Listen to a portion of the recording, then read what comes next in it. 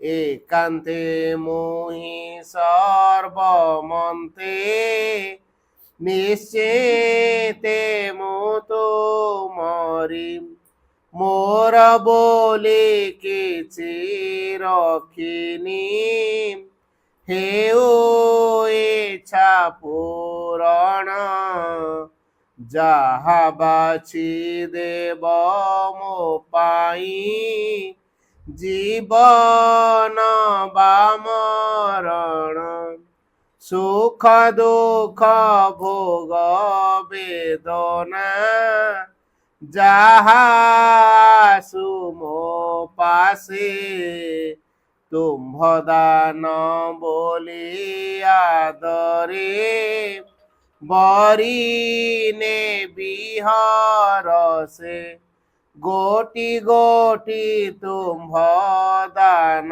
মো ঠারে দিব্য সম্পদ বহি আনিবে মো সমীপে অপরূপ আনন্দ। दुर्गा स्तोत्र श्री अरविंद। मात दुर्गे सिंह वाहिनी सर्वशक्तिदायिनी मात शिव प्रिय तोर शक्तन सुजात आंबे मने भारत वर्षर युवक गण तोर मंदिर रे आसन प्रार्थना करुछु सुन मात ए भारत वर्षे प्रकाश हो। मात दुर्गे जुगे जुगे मानव शरीरे अवतीर्ण होई जन्मे जन्मे तोहरी कार्य करी तो आनंद धाम रे फेरी जाऊ एथर भी जन्म होई तोहरी कार्य ही आंबे माने व्रती शुण मात ही भारत वर्षे सहाय हो। मात दुर्गे सिंह वाहिनी त्रिशूल धारिणी वर्म आवृत सुंदर शरीरे मात जय दैनी तो प्रतीक्षा रे भारत रही अछि तोर सही मंगलमय मूर्ति देखिवा कुत्सुक शुण मात यही भारत वर्ष आविर्भूत हो प्रकाश हो। मात दुर्गे बलदायिनी प्रेमदायिनी ज्ञानदायिनी शक्ति स्वरूपिणी भीमे सौम्य रुद्र रूपिणी जीवन संग्रामे भारत संग्रामे तोर प्रेरित योद्धा माने दियो मा प्राणे मने असुर शक्ति असुर उद्यम दियो मा हृदय बुद्धि देव चरित्र देव ज्ञान। मात दुर्गे जगत श्रेष्ठ भारत जाति निबिड़ तिमिर रे आचन्न तिला तुई मात गगन प्रांत रे अल्प अल्प उदय हेउछु तोर स्वर्गीय सरर तिमिर विनाशिनी आभार उसार प्रकाश आला आलोक विस्तार कर मात तिमिर विनाश कर। मात दुर्गे श्यामला सर्व सौंदर्य अलंकृता ज्ञान प्रेम शक्तिर आधार भारत भूमि तोर विभूति आज पर्यंत शक्ति संहरणे आत्मगोपन करिथिला आगत सही जुग आगत सही दिन जते बेले समग्र विश्वर भार स्कंधरे वहन करी भारत जननी उठुअछि आस मात प्रकाश हो। मात दुर्गे तोर संतान भेमरे तो प्रसाद रे तो प्रभाव रे महत कार्य महत भाव उपयुक्त हेउ हे मात विनाश कर क्षुद्रता विनाश कर स्वार्थ विनाश कर भय। मात दुर्गे काली रूपिणी निर्मुंड मालिनी दिगंबरे कृपाण पाणी देवी असुर विनाशिनी क्रूर निनाद रे अंत स्त्रीभु विनाश कर गोटी भी जेपरि हम मोहन का मध्य जीवित रही न पारे विमल निर्मल जेपरि हो यही प्रार्थना मात प्रकाश हो। मात दुर्गे स्वार्थ भय क्षुद्र सहित म्रियमाण भारत आमोहन को महत कर महत प्रयास कर उदार चिता कर सत्य संकल्प कर जेपरि अल्पसी निश्चिष्ट अलस भयभीत न हे।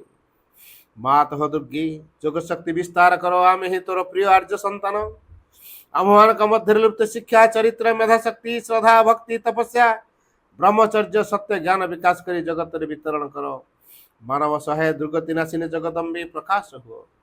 मात दुर्गे अंतःस्तरे संहार करी बाहर बाधा विघ्न निर्मूल कर बलशाली पराक्रमी उन्नत चेता आर्य जाति भारतर पवित्र कानने उर्वर क्षेत्रे गगन सहचर पर्वत तले पूत सलिला नदी तीरे एकता प्रेम सत्य शक्ति शिल्प साहित्य विक्रम ज्ञान रे श्रेष्ठ हुई निवास करू मातृचरण यही प्रार्थना प्रकाश हो। मात दुर्गे आह्वान का मध्य जग बल प्रवेश कर आमे माने होई उठु उतर जंत्र अशुभ विनाशी तरवारी अज्ञान तिमिर विनाशी प्रदीप भारत युवकगण कर ही वासना पूर्ण कर जंत्री हुए जंत्र चलाओ अशुभ हंत्री हुए तरवारी घुराओ ज्ञान दीप्ति प्रकाशिनी प्रदीप धर प्रकाश हो। ମାତଃ ଦୁର୍ଗେ ତୋତେ ପାଇଲା ବିସର୍ଜନ କରିବୁ ନାହିଁ, ଶ୍ରଦ୍ଧା ଭକ୍ତି ପ୍ରେମ ଡୋରେ ବାନ୍ଧି ରଖିବୁ। ଆସ ମାତ ଆମ୍ଭମାନଙ୍କ ମନ ପ୍ରାଣ ଶରୀରରେ ପ୍ରକାଶ ହୁଅ। ଦୀନ ମାର୍ଗ ପ୍ରଦର୍ଶିନୀ ଆସ, ଆଉ ବିସର୍ଜନ କରିବୁ ନାହିଁ। ଆମ୍ଭମାନଙ୍କ ସମଗ୍ର ଜୀବନ ହେଉ ନିରବଚ୍ଛିନ୍ନ ଦୁର୍ଗା ପୂଜା। ଆମ୍ଭମାନଙ୍କ ସକଳ କାର୍ଯ୍ୟ ଅବିରତ ପବିତ୍ର ପ୍ରେମମୟ ଶକ୍ତିମୟ ମାତୃଶୟ ବ୍ରତ ହେଉ। ଏହା ହିଁ ପ୍ରାର୍ଥନା। ମାତଃ ଭାରତରେ ଆବିର୍ଭୂତ ଓ ପ୍ରକାଶ।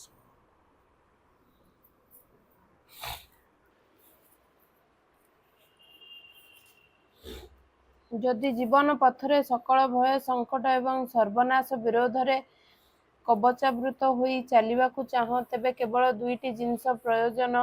ସେ ଦୁଇଟି ସର୍ବଦା ଏକ ସଙ୍ଗେ ରହେ। ପ୍ରଥମଟି ହେଲା ମା ଭଗବତୀଙ୍କ କରୁଣା, ଆଉ ଦ୍ୱିତୀୟଟି ହେଲା ତୁମ ଆଡୁ ଶ୍ରଦ୍ଧା, ନିଷ୍ଠା, ସମର୍ପଣରେ ଗଠିତ ତୁମର ଅନ୍ତଃକରଣ।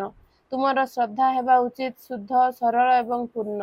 ମନ ଓ ପ୍ରାଣର ଅହମାତ୍ମକ ଶ୍ରଦ୍ଧା, ଯେଉଁ ଶ୍ରଦ୍ଧାକୁ ଉଚ୍ଚାଭିଳାଷ, ଗର୍ବ, ଆତ୍ମାଭିମାନ, ମନର ଦମ୍ଭ, ସ୍ୱେଚ୍ଛାଚାରିତା, ବ୍ୟକ୍ତିଗତ ଦାବୀ, ନିମ୍ନ ପ୍ରକୃତିର ସକଳ ତୁଚ୍ଛ ତୃପ୍ତିର କାମନା କଳୁଷିତ କରି ରଖିଛି, ସେ ଶ୍ରଦ୍ଧାର ଅନୁନ୍ନତ ଧୂମାଚ୍ଛନ୍ନ ଶିଖା ସୁର୍ଲୋକ ଦିଗରେ ଊର୍ଦ୍ଧ୍ୱକୁ ପ୍ରଜ୍ୱଳିତ ହୋଇ ଉଠେ ନାହିଁ। ମନେ ରଖ, ଭାଗବତ କର୍ମ ଓ ଭାଗବତ ଅଭିବ୍ୟକ୍ତିରେ ସାହାଯ୍ୟ ନିମିତ୍ତ ତୁମକୁ ତୁମର ଜୀବନ ଦିଆ ହୋଇଛି। ଆଉ କିଛି ଆକାଂକ୍ଷା କର ନାହିଁ। କେବଳ ଦିବ୍ୟ ଚେତନାରେ ବିଶୁଦ୍ଧି, ଶକ୍ତି, ଜ୍ୟୋତି, ପ୍ରସାରତା, ପ୍ରଶାନ୍ତି, ଆନନ୍ଦ ସକାଶେ ଆକାଂକ୍ଷା କର, ଯେପରିକି ସେହି ଚେତନା ତୁମ ମନ, ପ୍ରାଣ, ଦେହକୁ ରୂପାନ୍ତରିତ ଓ ସର୍ବାଙ୍ଗ ସୁନ୍ଦର କରି ଗଢ଼ିବା ନିମିତ୍ତ ସତତ ସଚେଷ୍ଟ ହୋଇ ଉଠିବ।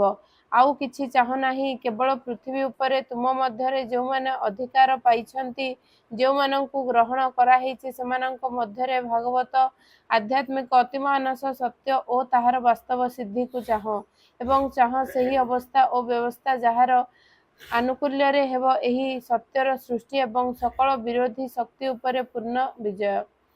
ତୁମର ଆନ୍ତରିକତା ଓ ତୁମର ସମର୍ପଣ ହେଉ ଯଥାର୍ଥ ଏବଂ ସମ୍ପୂର୍ଣ୍ଣ। ଯେବେ ତୁମକୁ ନିଜକୁ ଦେଇଦେବାକୁ ହୁଏ, ତେବେ ନିଃଶେଷରେ ଦେଇଦିଅ। କୌଣସି ଦାବୀ, କୌଣସି ସର୍ତ୍ତ, କୌଣସି କୁଣ୍ଠିତ ଭାବ ରଖ ନାହିଁ, ଯଦ୍ୱାରା ତୁମର ସକଳ ବସ୍ତୁ ଦିବ୍ୟ ଜନନୀଙ୍କର ହୋଇଯିବ। ଅହଙ୍କାର ପାଇଁ ଅଥବା ଅନ୍ୟ କୌଣସି ଶକ୍ତିକୁ ଦେବା ସକାଶେ ଯେପରି ଆଉ କିଛି ଅବଶିଷ୍ଟ ନଥିବ। ତୁମର ଶ୍ରଦ୍ଧା, ତୁମର ଆନ୍ତରିକତା ଓ ସମର୍ପଣ ଯେତେ ପୂର୍ଣ୍ଣତର ହେବ, ମାଙ୍କର କରୁଣା ଓ ଅଭୟ ସେତେ ହିଁ ଘେରି ରହିବ। ଯଦି ମା ଭଗବତୀଙ୍କର କରୁଣା ଓ ଅଭୟ ତୁମ ସଙ୍ଗେ ରହିଛି, ତେବେ ଆଉ ଏପରି କ'ଣ ଅଛି ଯାହା ତୁମକୁ ସ୍ପର୍ଶ କରିବ ବା ଆଉ କାହାକୁ ତୁମେ ଭୟ କରିବ? ଏହି କୃପାରୁ ଅଳ୍ପ ଟିକିଏ ବି ତୁମକୁ ସକଳ ବାଧା ବିପତ୍ତି ଓ ସଙ୍କଟରୁ ପାର କରିଦେବ। ତାଙ୍କର ପୂର୍ଣ୍ଣ ଉପସ୍ଥିତି ଯଦି ତୁମକୁ ଆବୃତ କରି ରଖେ, ତେବେ ନିରାପଦରେ ତୁମ ପଥରେ ତୁମେ ଚାଲି ଯାଇପାରିବ। କାରଣ ସେ ପଥ ହେଲା ମାଙ୍କର। ଏ ଜଗତରେ ହେଉ ବା ଅଦୃଶ୍ୟ ଜଗତ ସମୂହରେ ହେଉ, କୌଣସି ଶତ୍ରୁ ଶକ୍ତି, ତାହା ଯେତେ ଶକ୍ତିଶାଳୀ ହେଉନା କାହିଁକି, ତୁମକୁ ସ୍ପର୍ଶ କରିପାରିବ ନାହିଁ। କୌଣସି ବିଭୀଷିକା ତୁମ ଚିନ୍ତାର କାରଣ ହୋଇପାରିବ ନାହିଁ। ଏହି କରୁଣାର ସ୍ପର୍ଶରେ ସଙ୍କଟ ସୁଯୋଗରେ, ବ୍ୟର୍ଥତା ସାର୍ଥକତାରେ, ଦୁର୍ବଳତା ଅମୋଘ ସାମର୍ଥ୍ୟରେ ପରିଣତ ହୁଏ। କାରଣ ଦିବ୍ୟ ଜନନୀଙ୍କର ଅନୁକମ୍ପା ହେଲା ପରମେଶ୍ୱରଙ୍କ ଅନୁମତି। ଏବେ ହେଉ ବା ପରେ ହେଉ, ତାହାର ଫଳ ସୁନିଶ୍ଚିତ, ପୂର୍ବି ନିର୍ଦ୍ଦିଷ୍ଟ, ଅବଶ୍ୟମ୍ଭାବୀ ଓ ଅନିବାର୍ଯ୍ୟ। Canto 2, the adoration of the Divine Mother. A stillness absolute, incommunicable, meets the sheer self-discovery of the soul. A wall of stillness shuts it from the world. A gulf of stillness swallows up the sense, and makes under all that mind has known, all that the laboring senses still would wear, prolonging an immense unreality. Self's vast spiritual silence occupies space. Only the inconceivable is left. Only the nameless without space and time. Abolished is the burdening need of life. Thought falls from us, we cease from joy and grief. The ego is dead, we are freed from being and care. We have done with birth and death and work and fate. O soul, it is too early to rejoice. Thou hast reached the boundless silence of the self. Thou hast leaped into a glad divine abyss. But where hast thou thrown self's measure and soul's power? On what dead bank on the eternal's road? One was within thee who was self and world. What hast thou done for his purpose in the stars? Escape brings not the victory and the crown. Something thou comest to do from the unknown, but nothing is finished and the world goes on. Because only half God's cosmic work is done, only the everlasting now has neared, and stared into thy eyes and killed thy heart. But where is the lover's everlasting yes and immortality? In the secret heart, the voice that chants to the creator of fire, the symbol Om, the great ascending word, the breeze between the rapture and the calm, the passion and the beauty of the bride, the chamber where the glorious envy's keys, the smile that saves the golden peak of things. This too is truth at the mystic fount of life. A black veil has been lifted, we have seen the mighty shadow of the omniscient Lord. But who has lifted off the veil of light, and who has seen the body of the King? The mystery of God's words and acts remains living unbroken. The last chapter still unsolved, the riddle of the unfinished play. The costume player laughs within his mask, and still the last invalid secret hides. Behind the human glory of a form, behind the gold eidolon of a name, a large white line has figured as a goal, but far beyond the ineffable sun-tracks blaze. What seemed the source and end was a wide gate, a last bare step into eternity. An eye has opened up in timelessness. Infinity takes back the forms it gave, and through God's darkness or his naked light, his million rays return into the sun. There is a zero sign of the supreme. Nature left nude and still uncovers God, but in her grandiose nothingness, all is there. When our strong arms are torn away from us, the soul's ignorance is slain, but not the soul. The zero covers an immortal face. A high and blank negation is not all. A huge extinction is not God's last word. Life's ultimate sense, the close of Wing's course, the meaning of this great mysterious world. In absolute silence sleeps an absolute power. Awaking it can wake the transbound soul, and the ray reveal the parent sun. It can make the world a vessel of spirit's force. It can fashion in the clay God's perfect shape. To free the self is what one radiant face. Here to fulfill himself was God's desire. Here to fulfill himself was God's desire. About a prayer, will you?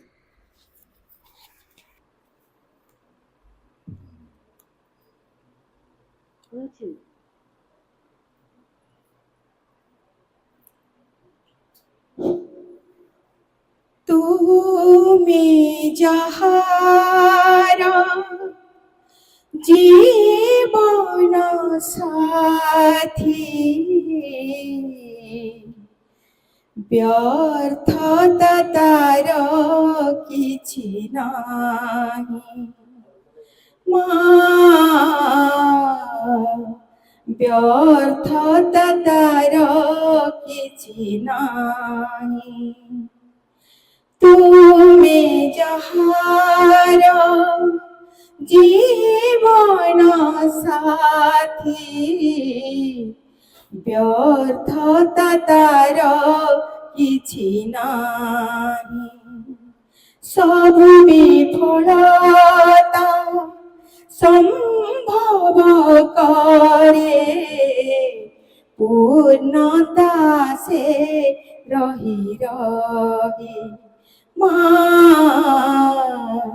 পূর্ণতা সে রহি রহি হুয়ে নাহি মূল্যহীন যেতে যাহা তাও উদ্যম হসুথাই মন খোলি সাথী তুমি থা বলি সহজে সে বঞ্চি পারে সহজে সে বঞ্চি পারে এদিকে ভরসা নেই তুমি যাহার জীবন সাথী ব্যর্থতা তার কিছু নাহি মা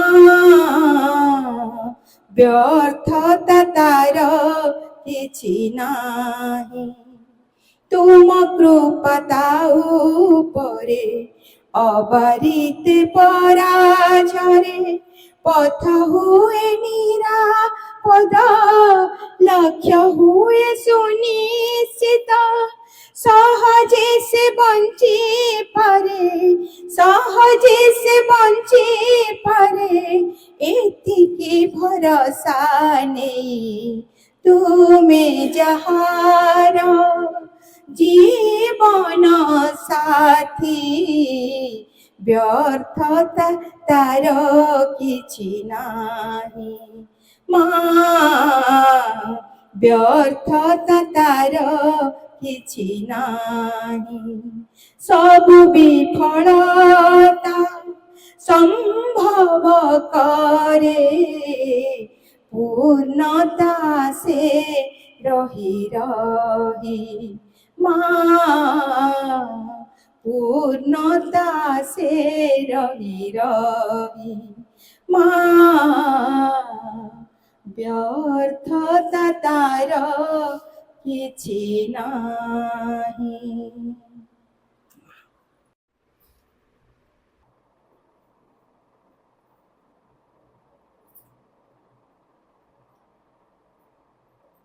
Pranam at the lotus feet of the Divine Mother. Karunamai Ma, Param Prabhu Sri Aurobindo, उपस्थित समस्त मातृ सन्तान। श्री अरविंदंकर गोटे वाक्य अच्छी, life was a marvellous journey of the spirit. वाक्यटा आउ थे मुझे, life was a marvellous journey of the spirit. Savitri वाक्य, जीवन होची आत्मार व चेतनार एक चमत्कारी यात्रा पथ। जीवन जेहेतु सब मूवमेंट करुच्ची, आमे कहि परिबा नै जीवन गोटे पर्यायर सब फिक्स हो रहियो बोली। मु केन्दुझर भुवनेश्वर जाउची माने बस भितर बसची माने बाटरे घटगाँ पड़ियो, आनंदपुर पड़ियो, जाजपुर रोड पड़ियो, पानीकोइली पड़ियो, चंडीगढ़ पड़ियो, कटक पड़ियो, भुवनेश्वर पड़ियो, एड़ा सब बाटरे पड़ियो। बस तारे जाउची, तार डेस्टिनेशन से पहुंचो, बाटरे ये सब जिनस गुड़िक आसी जाए। जीवन तार डेस्टिनेशन को लेकिन आसी, तार गोटे नियति अच्छी। जेत आम आत्मा तार गोटे नियति को निर्दिष्ट कर सारी, से निर्दिष्टता भितर को आमको समस्ते पहुंचा पड़ो, किंतु बाटरे अनेक अनेक पर्याय देकी आमको जीवाक पड़े। तेणु मु धर घटगाँ पर्यटन गली, घटगाँ तारिणी भल देखिली, गाड़ी से अटकिला, घटगाँर प्राकृतिक सौंदर्य, मंदिर दर्शन केते सुंदर हो गला। तामाने कौन मु घटगाँ अटकी? मो लक्ष्यटा हूँ भुवनेश्वर जीवार, मु घटगाँ अटकी। पुणी बस उठिली, पुणी चलली, पानी कोइले बढ़िया रिलीफ सेंटर होइछि, ये समाधि मंदिर देखिली, बढ़िया सुंदर गार्डन टे होइछि, किस पानी पानी कोइले रही जाइछि, बस अटकी, सेठी अटकी भी नहीं, पुणी चलबी। से जीवन जो यात्रा करुच्ची, तार बाटर किछि किछि किछि किछि को से फेस करुच्ची। ये जो जीवन जो फेस करुच्ची भिन्न भिन्न पर्याय को कहीं फेस करुच्ची ना, से किछि एक्सपीरियंस नब, ज्ञान किछि अर्जन करिवो, अभिज्ञता किछि नब। आ ये अभिज्ञता आमर आत्मार परिपुष्टि पाई सहाय हो। तेणु प्रत्येक व्यक्तिर जीवन में जहाँ आसूची उद्दिष्ट। तेणु आम अन्य सहित कंपिटिशन कौन कारण ना, कारण मुझे हाँवाई आसनी। आ मनीष बुझीपार नहीं, एमती करदे आमर सेमती करदेबू, या आमर से हम, कारण भली हाँवाई मुझे आसनी संसार को। मु गोटे निर्दिष्ट लक्ष्य को लेकिन आसी, मो साइकिक अंतरात्मा गोटे निर्दिष्टता को से सिद्धांत नहीं सारी। तेणु ए जीवन काल रे मते कौन करिया पड़िबो, प्रत्येक व्यक्तिर जीवन रे गोटे नियति अच्छी बा लक्ष्य अच्छी, सेटेला से परम को विषय सचेतन हो। लाइफ एज ए पर्पस, माँ कहले जीवन रे गोटे उद्देश्य अच्छी। The purpose of life is to become conscious of the divine. ये भगवान का विषय रे सचेतन हवा, एटा होची जीवन रो असल कथा। ये जो भगवान के विषय रे सचेतन माने कौन, आमे बुझु मातुल को गले सब भगवान कथा। आता बोले मार्केट रे मार्केटिंग करते परिया करते एडी कोई भगवान भगवान कौन एमती पूरा ओपन हो ना कौन जो जा से खाली भगवान हाथ मध्य ब्रह्म ज्ञान यस एवरी मोमेंट रे हमको भगवान सहित जड़ित रहा पड़ो मार्केटिंग कला बेली भगवान सहित जड़ित रहा पड़ो जो व्यक्ति हमको जिनस दौर सी भी भगवान जो परिया दौर सी भी भगवान जहाँ सहित कथा हो सी भी भगवान जो बाट दे सी भी भगवान ये जो भगवान उपस्थिति को सब समय उपलब्धि करवा ये हूँ गुरुत्वपूर्ण तेणु जीवन में जो असल नियति अच्छी उद्देश्य अच्छी जे परम विषय सचेतन हवा to become conscious of the divine and to discover the divine मासे कहले man was created to express the divine मनुष्य मान को सृष्टि कराइला भगवान को प्रकाश करिया जदि ये जीवन काल भितर भगवान नाटा भूली जाइछु मटेरियल आम डेभलप कर ओके किसी असुविधा नहीं कि गोटे टास्क आम आखिया रही से पार्टा पुणी आर वर्ष पढ़िया आर जन्म पढ़ा पड़ो छाड़े भगवान जेहेतु थरे आम जीवन पाइले जो टास्क आम जीवन दि जाइए जदि आम से टास्क ए लाइफ रे फुलफिल करूना हो नेक्स्ट लाइफ रे ताको हम फुलफिल करने बाध्य जदि सेटा को हम पुणी पास करदेलु पुणी आ गोटे जन्म नवा अच्छा जानुचु आमे ए संसार वर्तमान गोलमाल अवस्था अच्छी संसार असत अन्याय भरपूर हो केते थर आम संसार को आसवा से प्रकार जीवन भितर पुणी निष्पृष्ट रुजु करवा ए दृष्टि जीवन को जदि भगवान का सेवा कार्य नियोजित करा जाए ताले जीवन सार्थक कारण आम सब माँ बहरे पढ़ुचु मन रख भागवत कर्म भागवत अभिव्यक्ति रे साहाय्य निमित्त तुमको तुमर जीवन दिया लेखाई पढ़ुचु ना लेखाई पढ़ुचु पाठशाला बढ़िया कथा पढ़ुचु एमती जब मेसनारी भाव खाली पढ़ुआ रियलाइज किसी नथिबो केते वर्ष लगे बदलिया जीवनटा पार हो बदली पार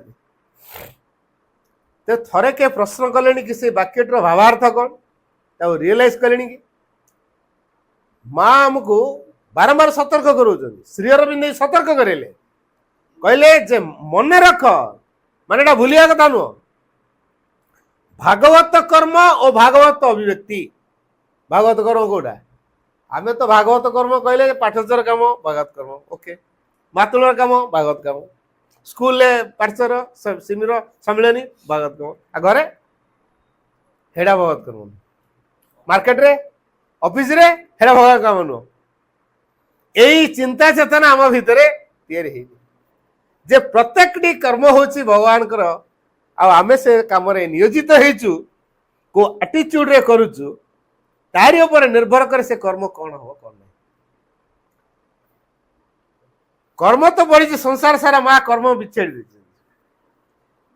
फोपाड़ दिया हमको कोटी आम पढ़िलु जो भूमि आम पढ़िलु से आम कर्मटा कौन अच्छी जमीती क्षेत्र आम मंजी को बुणी देकी आसू को मंजीरा कौटी पड़ा तार से केमितिका गछ से जगार से केते सार पाइला से अनुसार गछटा हुष्टपुष्ट होला से बिलरे पड़ी गोटे गछ दुर्बलिया होची पुणी आ गोटे गछ सबल होची जो जगार मंजीटी पड़ी से जगार जदि हुष्टपुष्ट हमार संभावनाटा अच्छी से हुष्टपुष्ट हो जाऊँगी आ गोटे पथुरिया जगार जब मंजीरा पड़ी जाइए सी दुर्बलिया होची कि बिहन तो बुढ़ा हो क्षेत्र में ठीक से भाई संसार भितर आम निक्षेप करागला आम कौटी पढ़िलु जोटी पढ़िलु से जगार आमर भूमिकाटा कौन ताकू नहीं कि आमको संपादन करिया पड़ो तेणु भगवान मते संसार भितर गाँच मते कार्य नियोजित कर कार्य हूँ मोर भगवान को सेवा करुच्ची ए अनुभव नहीं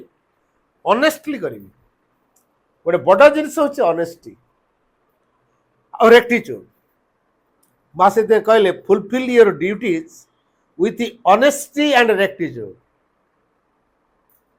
Keep cheerful in all circumstances and confident. सकल परिस्थिति रे आम प्रसन्न भाव रखा आम पर टेंशन ले ऑफिस रे आसु घरे आसी झमेला कर दउछु घर झमेला जाऊँ जा स्कूल टेंशन कर दौचु ऑफिस टेंशन कर दौचु आ स्थिति कौट रहा ठीक तेणु यही जो अवस्था होची कहीं टेंशन नेलु तार कारण हूँ प्रत्येक कार्य को आम साधरे ग्रहण कर गोटे चापारे आम करुँ तेणु दैनंदिन जीवन को आम केमिति करवा जहाँफल आम प्रत्येक कर्मफल से आमको भगवत उपलब्धि रे सहाय तेणु ए प्रसंग आधार कर आज गोटे टॉपिक रखा है दैनंदिन जीवन जोग जोग इन एवरीडे लाइफ दैनंदिन जीवन में केमी जोग कर जोग कले गेरुआ पिंधा धला पिंधा रुद्राक्ष माला गड़ेवा जटा छाड़ा ताले जोगी स्टाम्प दिया जोगी कथा सी तो कहीना ये जो ब्रांडेड तो ब्रांड पड़ो ना कि दाढ़ी जटा गेरुआ धला हलदिया बानार सब लगा ताले आम जोगी ना जोगी आम केमी हवा दैनंदिन जीवन जोग केमती कर जोगर माने कौन आगे बुझिले ना जोग आम खाली गोटे भाषागत संज्ञा दौचु जे मिशाण है जोगर अर्थ हूँ मिशाण किए क्या सहित मिशो श्री अरविंद कहले हाँ गोटे चेतनागत भाव में आम भगवान अंशुर आसु से भगवान विषय सचेतन हवा तांकरी प्रभाव आम परिचालित हवा तेणु समग्र सत्ता मनटा कौटू आसी प्राणटा कौटू आसी शरीरटा कौटू आसी आत्माटा कौटू आसी भगवान पाखर सब आसी कि मन प्राण शरीर को बाद देके आम आत्मा को कल्चर करुचु मन प्राण शरीर को तो अवॉइड कर दौचु ये जोग नुह श्री अरविंद कहले to be one with all nature and all beings this is जोग बाकी भल कि बुझा to be one with all nature and all beings समग्र प्रकृति रे समग्र प्रकृति मनुष्यर प्रकृति मोर प्रकृति भाईर प्रकृति अपार प्रकृति अलग है कि मो भीतर जो प्रकृति आज गोटे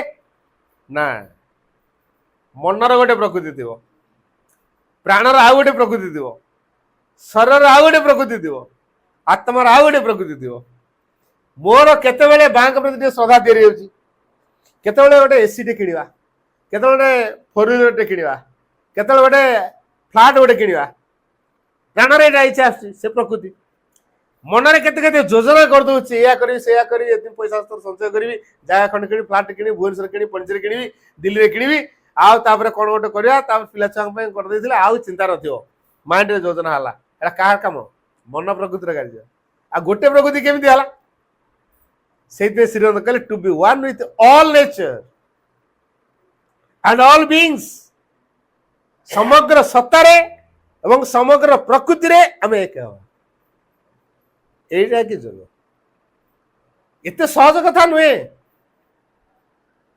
कारण आम जो बर्तमान मनटी पाइचु जदिओ भगवान पाखुर सी आसी हिमालय तले बाहरला हिमालय गंगा आसिले गंगा हिमालय तले बाहरिक आसटी पूरा प्योर पानी आ कालकाटा हुगुली पाखे देखी ना हुगुली पाखे केते परिष्कार कौन से मूलू से अपरिष्कार होता कि बाटर जो आसला किसी आवर्जना को सांगे नहीं आसला तापर से पानी अशुद्ध हो गला आमर गोटे भावना गंगा पानी पवित्र पानी पाप चढ़ेब गोटे विश्वास मुंडे छिंची दौचु है आ गंगा को जो जाते बुड़ी की उठला बेलू पूरा पाप पूरा धोई जाए पवित्र लगी जाए जो जाइए जानते बुड़ी की उठला बेलू पवित्र लगी जाए मुह कान सबुआड़े तेरे गोटे विश्वास जे गंगा जल पवित्र जल पापनाशिनी जल सी तेणु टे छिंची दवा अच्छा हिमालय पाखे तो बाहरला से शुद्ध तापर जो आवर्जना को सांगर नहीं आसला केते गोटे मिक्स हो गला से मन परम चेतना जो आसला से शुद्ध तापर जो अज्ञान व पृथ्वी भीतर आसला ये जो अज्ञान त्रिधा जगत भीतर कथा कह त्रिधा जगत कौटा मनर जगत प्राणर जगत भौतिक जगत ये अज्ञान जगत ये अज्ञान तीनटा जगत को कहला त्रिधा जगत मनर जगत ता तलु रहा प्राणर जगत ता तलु रहा भौतिक जगत ता तलु अवचेतना तापर रहा निश्चेतना आ मनर ऊर्धे रहा अति मानस ता ऊर्धे सचित आनंद को प्रकार स्टेप सब लाइफ रो अच्छी कथा आउ थे कह परम चेतना कौन है सत चित आनंद ता तलू अति मानस ता तलू मन जगत ता तलू प्राण जगत ता तलू भौतिक जगत ता तलू अवचेतना ता तलू निश्चेतना तेणु आम बर्तमान अच्छे कौ जगत रे मन जगत प्राण जगत भौतिक जगत तीन टा भीतर आम अच्छे अर्थात ये अज्ञान त्रिधा जगत ये अज्ञान त्रिधा जगत भितर जो मनटी अच्छी अज्ञान पूर्ण हो तार प्रकृति अज्ञान तार बसत कार्य कर मन को लेकिन कल हम कि से माँ कहले मन द्वारा भगवान को आध्यात्मिक विषय वस्तु को बुझा चेष्टा करिवो नहीं कहीं कहले कारण मन अन्य किसी को व्यक्त करे बाहर जा देखे से अभिभूत हो जाए कारण बाहर प्रकृत सत्यता न थाए जहाँ आम देखू से सत नुहे स्वामी स्त्री झगड़ा लगे पूरा घमाघट लड़े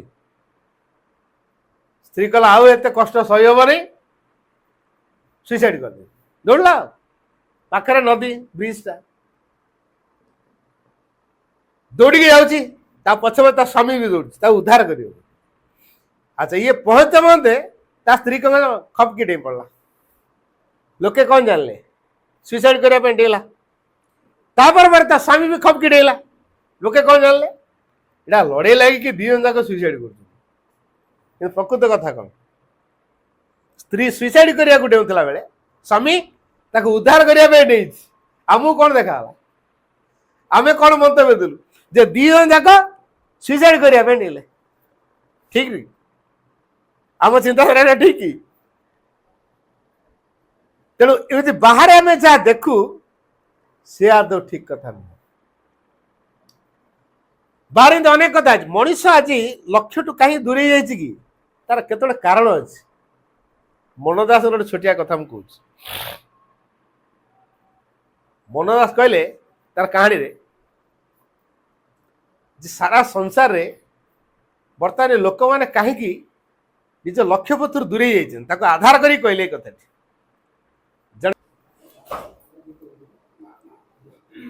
मनोदास कहले राजा जनक बहुत पराक्रमी विराट साम्राज्य किंतु से राज्य भितर को गोटे राक्षस पशि आसी प्रतिदिन किसी लोक खाई जाऊँ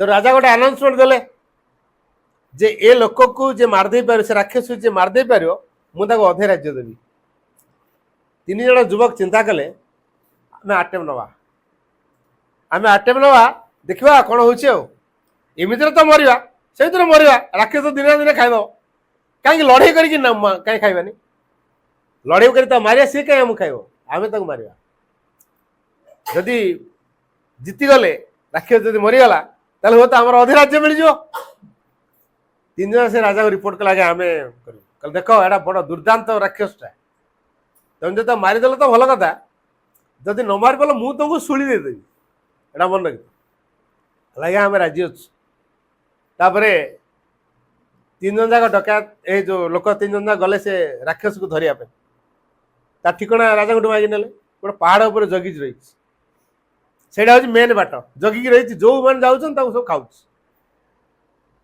आम माछ खाई दौर कंटा फोड़ दौर से लोक खाई गहना काटी से फोड़ दौर से पहाड़ उपर गला बेले बाट सारा खाली गहना पड़ी एत गहना कौन तापर गोटे सांघातिक पवन सांघातिक पवन सती गोटे बात्या पवन कौन हो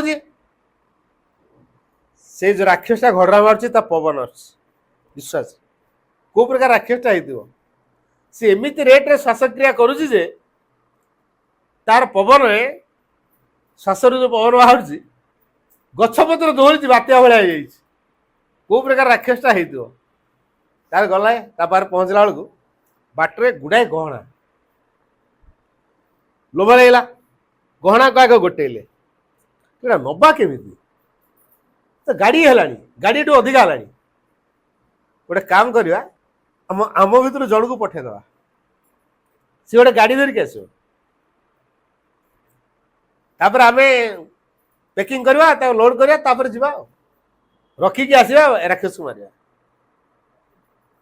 तो जन को पठे देले जा शगड़ गाड़ी धरिकी आसु आम पे खाइबा आनिबु तू तोर खाइकी आसबु आम पे खाइबा नहीं आसु आ गाड़ीटा धरिकी आसु लोकटी गला शगड़ गाड़ी धरिकी आसो खाइबा नहीं आसो ये दी जन जो योजना कले इतने गोटे गहना कोटी कोटी टंका हम 3 भाग हो नाई 2 भाग करिया से लोक मारदवा आसुण की ताको मारदवा ये दी जन योजना कले तो से आसुण की आमे ताको मारदवा से हाला पूर्व प्लान अनुसार एमान योजना करछन के मारिबे एमान कर जो मंद वाइब्रेशन से जो लोकड़ी जे गाड़ी पे जाइछि ता भीतर वाइब्रेशन दे रहला इतने गोटे गहना गाड़ी रे अधिक अच्छी 3 भाग हो मत बा खाया पठे मु खाइबार विष मिसे जा से जन खाइबे तो 2 जन मरबे तापर मु सब टंकार गहनार मालिक हेबी यही प्रकार मंद योजना रे से खाद्यर विष मिसे गई जमी शगड़ गाड़ी पहुंची गला खपके धरले ता तंटी चिपिके जबरदस्त मारले बर्तमान निश्चित हो गले जे एतिकी गहना सब आम 2 जन भाग करके नवा किंतु पैकिंग करा सरला लाग खाइबा भोक बहुत होलानी अच्छा से खाद्य भितर कौन गोलाई विष ये जो विषयुक्त खाद्य को खाइले बचिए ना मरवे मले राक्षस बाहर पहुंची ना सी तार घटना में उठी किंतु 3 जन मर सारे मारला किए राक्षस तो मारिनी राजा लोक मैंने मारना तापर मले केमी मारला किए तेणु ये जो लोभ अर्थ प्रति जो लोभ थिला कि विनाशर कारण है मनीष से कथा चिंता करि पारुनी से को उद्देश्य आसला राक्षस को मारिया उद्देश्य भूलीगला कहीं भूलला गहनार जो लालसा बसीभूत करदेला संसार को आम आसलु कौन भाई भगवान को आविष्कार करूँ कि संसार देखलु केते बढ़िया घर द्वार जमी बाड़ी टंका पैसा पदवी क्षमता नाम जस नेम फेम कौन नहीं एवरीथिंग संसार ये गोटे संसार आग एंजॉय करदवा तापर भगवान तो दिने दिने पाइबा जिते करवा काल क्या होगा किसको पता अभी जिंदगी का ले लो मजा यही लॉजिक रे कौन कले आग फुल दम रे एंजॉय कर व्यस्त रहे कौन आसते आसते कौन भाई तेणु ये जो बाह्य जगत भीतर जो एंजॉयमेंट सब अच्छी ता भीतर हम पूरा हजे देचु निजको जा पड़े जो लक्ष्य पे हम आसी मानव जीवन पाई भूल तेना आम कुआड़ को जीवु चेतना विकास हम तो ये काम कहार मनर ये काम हूँ मनर ए दृष्टि आम मन को प्रथम शिक्षित करिया दरकार भगवान का ट्रू इंस्ट्रूमेंट से हवा दरकार जेपर्यंत मन भगवान का ट्रू इंस्ट्रूमेंट है नहीं से भगवान विषय चिंता करि परिबो तेणु भगवान जंत्रटी आमको हवा को पड़ो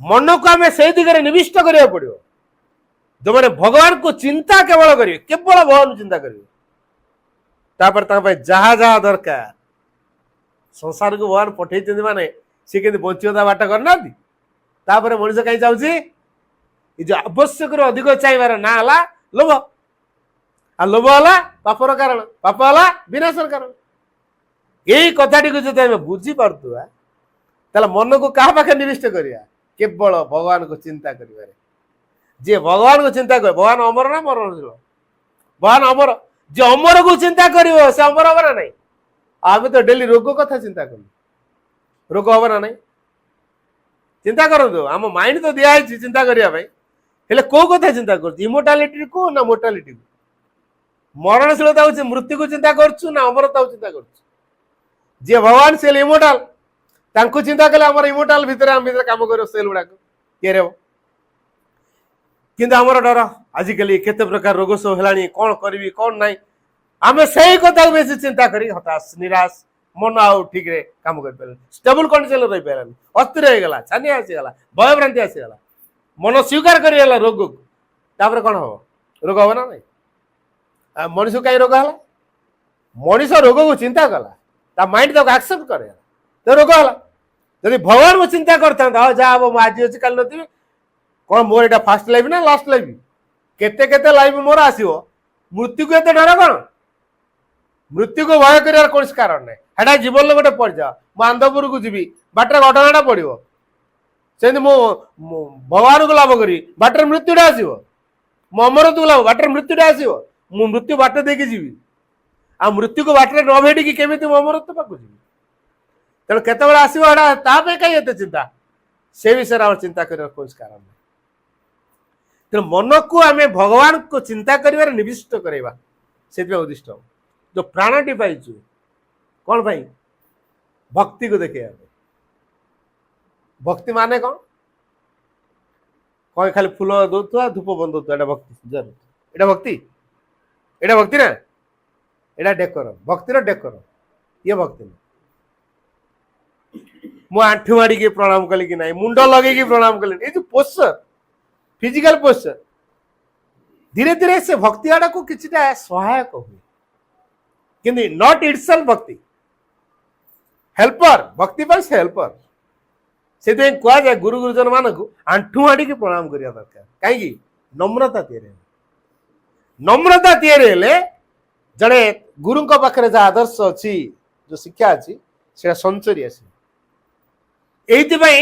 मुंड लगे प्रणाम करा जाए कारण जहाँ को आम प्रणाम करूँ पाखर जो सामर्थ्य अच्छी जो शक्ति अच्छी सेटा आम पाक संचरी आस नम्रता भाव आजिकल तो सार नमस्कार सार भल अच्छा सांग तो या कहले ना होनी कि आम एमती कही दौचु है हाथटा भी उठुनी सार नमस्कार मुहरे सार भल अच्छा सब फोन लगे कही दौन आजिकल फोन भी हो गला तो ये भक्ति की भक्ति क्या कह जोड़ी कन्सिक्रेशन अच्छी उत्सर्ग अच्छी जोड़ी आत्मनिवेदन सेल्फ गिविंग अच्छी आ जोड़ी सरेंडर अच्छी आ जोड़ी विनम्रता अच्छी आडोरेशन अच्छी भक्ति आडोरेशन आराधना नहीं जोड़ी नम्रता नहीं प्रभाव को रिसीव करने जोड़ी आत्मज्ञान नहीं जोड़ी उत्सर्ग नहीं जोड़ी समर्पण नहीं ये भक्ति हम तेणु आम जब माँ को भक्ति करुचु ताले माँ के पारे गुण गुड़ा रखा दरकार आराधना करिया दरकार उत्सर्ग करिया दरकार पारे सेल्फ गिविंग आत्मनिवेदन करिया दरकार सरेंडर करिया दरकार भल पाइबा दरकार जब ये सब गुण नहीं ताले आम माँ को भल पाइबा अच्छा माँ को जब भल पाचु सब कथा दबा दरकार आम घर द्वारा देचु मु धर ना गोटे 2 कोटी टका कि 5 कोटी टका खर्च कर बढ़िया बंगला बनई मोर पार्चर भाई बापा डाकिली कौन करेंगे पार्चर तो चल टे घर आड़े बुली आसा यहाँ मोर ये घर से घर घरटा देखे ना ना क्या घर बोली कह कहीपर यहाँ माँ का घर कि कला बेले कौन कहती माँ को कृपार घरटा कला बेले कौन कहती एटा माँ को कृपार है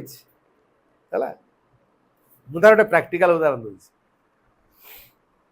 मालकानगिरी पड़ जाए जब भाई मो सहित बुलती पार्चर बुलती बालीबड़ा रहे विभिन्न जगह सब जाऊ जड़े भाई भारी आग्रह मो सहित पार्चर विभिन्न जगह सब जाऊ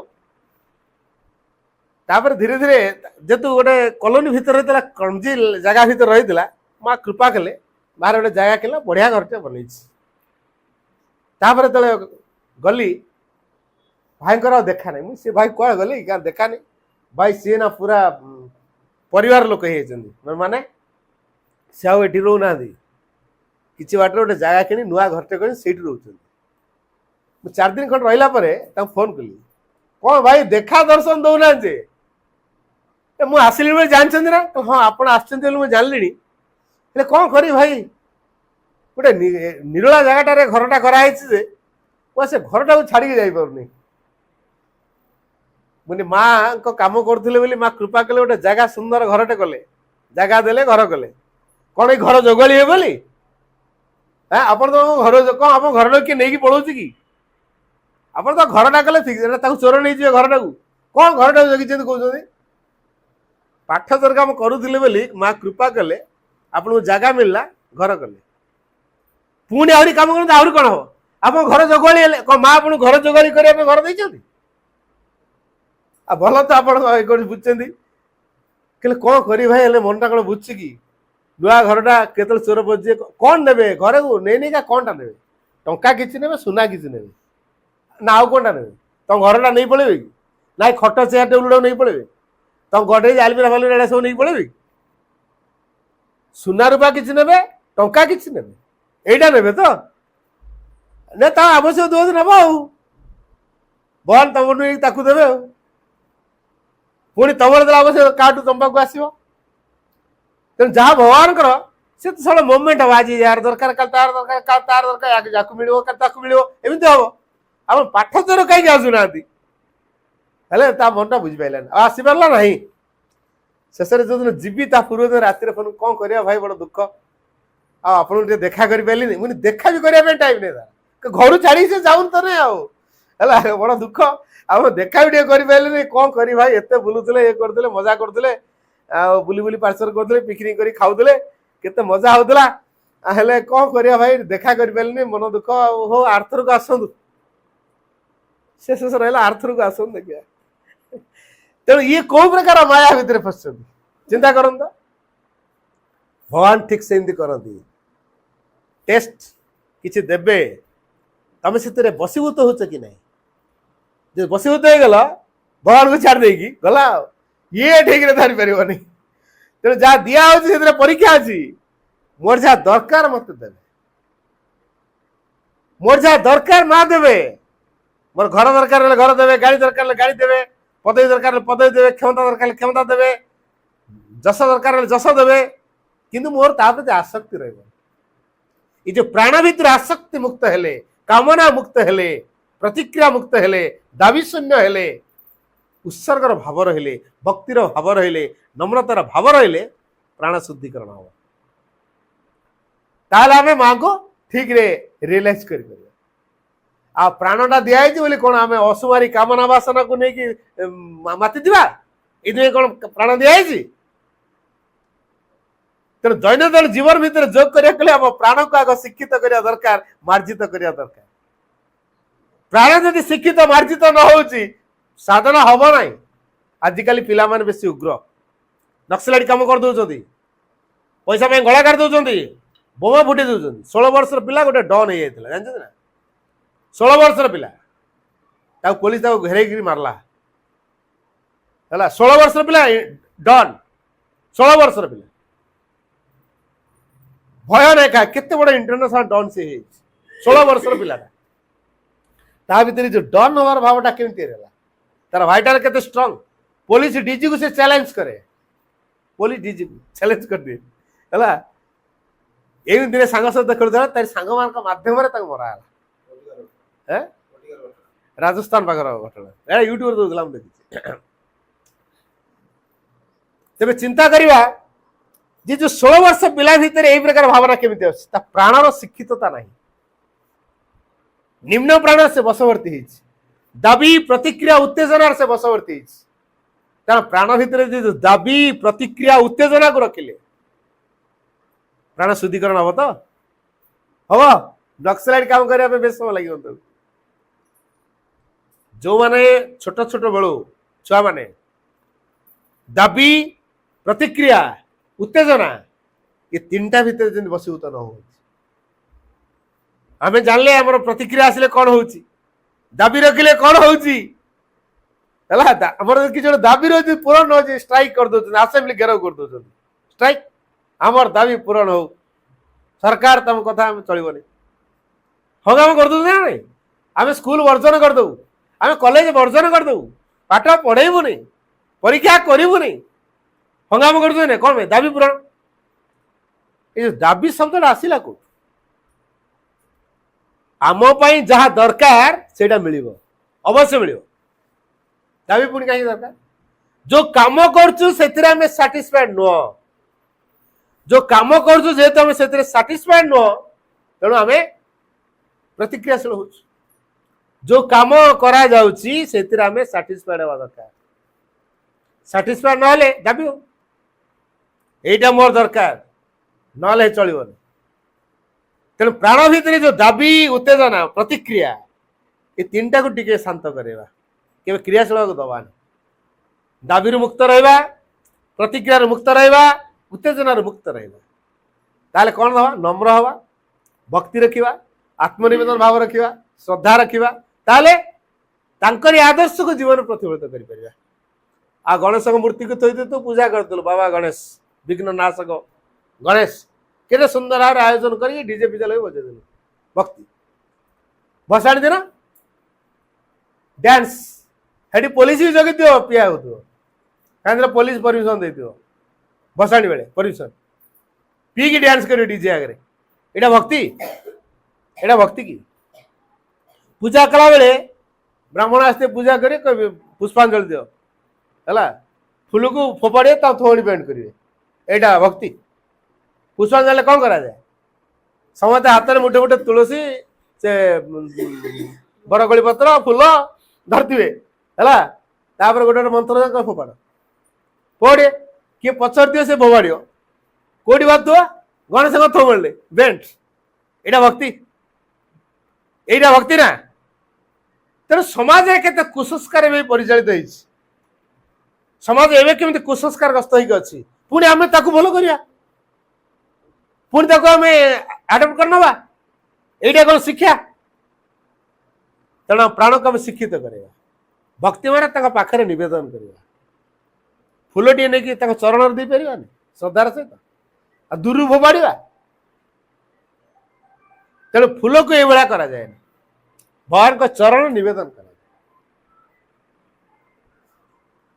जो शरीर पाइचु कौथि भगवान को काम करने to work for the divine is to pray with the body भले कथा मन रखा to work for the divine is to pray with the body शरीर के प्रार्थना कर भगवान काम कले शरीर प्रार्थना आ शरीर जदि भगवान काम कर लाइट जलुची अंधार पशो ये लाइट टा जलुची अंधार आसो कि कौन लाइट जदि जलुची अंधार आसपार सर जब भगवान को काम कर चार्ज देख रहा को इविल फोर्स आसो कि इविल फोर्स न आसिले रोग हम कि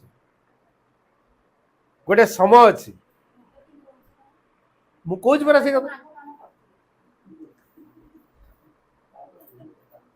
बहुत कथा अच्छी ना माँ को काम करुले ठीक बॉडी कॉन्शियसनेस आवे के नहीं आश्रम साधक मान कौन रोग ही कहीं बॉडी जो बर्तमान जो मटेरियल बॉडीटा पाइचु ये बॉडीटा डिमिनिश करिया दरकार कारण साप काती छाड़े तार नुआ बॉडी काती आसे पुराना से छाड़ दिए बॉडी से गोटे नुआ बॉडीटे पाइब तार सेल गुड़ाक डिवाइन एलिमेंट रे तैयारी हो पुराना कौन हम छाड़ी जीव ना आश्रम साधक मान को रोग होता मुझे उदाहरण दूँ फ्रांस रु आसी जन साधक मिलिटारी ऑफिसर से पृथ्वी रे केते जन शिक्षित व्यक्ति सी जड़े पृथ्वी रे केते जन शिक्षित अच्छा ता भीतर सी जड़े है प्योर हार्टेड बुझिपारे ना शुद्ध हृदय तेरे माँ तांका ना देते पवित्र है श्रद्धार माँ ता ना रखी पवित्र माँ का ड्राइविंग करते माँ का ड्राइवर से सेंट बाबरी हिलारी तक ना माँ तक श्रद्धा ना देले पवित्र पवित्रता माँ को से आनंद पाती माँ को दर्शन श्री को दर्शन भितर एत हजि जाती जो शिक्षित व्यक्ति आश्रमर आंतर्जातिक शिक्षा केन्द्र से डायरेक्टर थे है आश्रमर आंतर्जातिक शिक्षा केन्द्र से हेले डायरेक्टर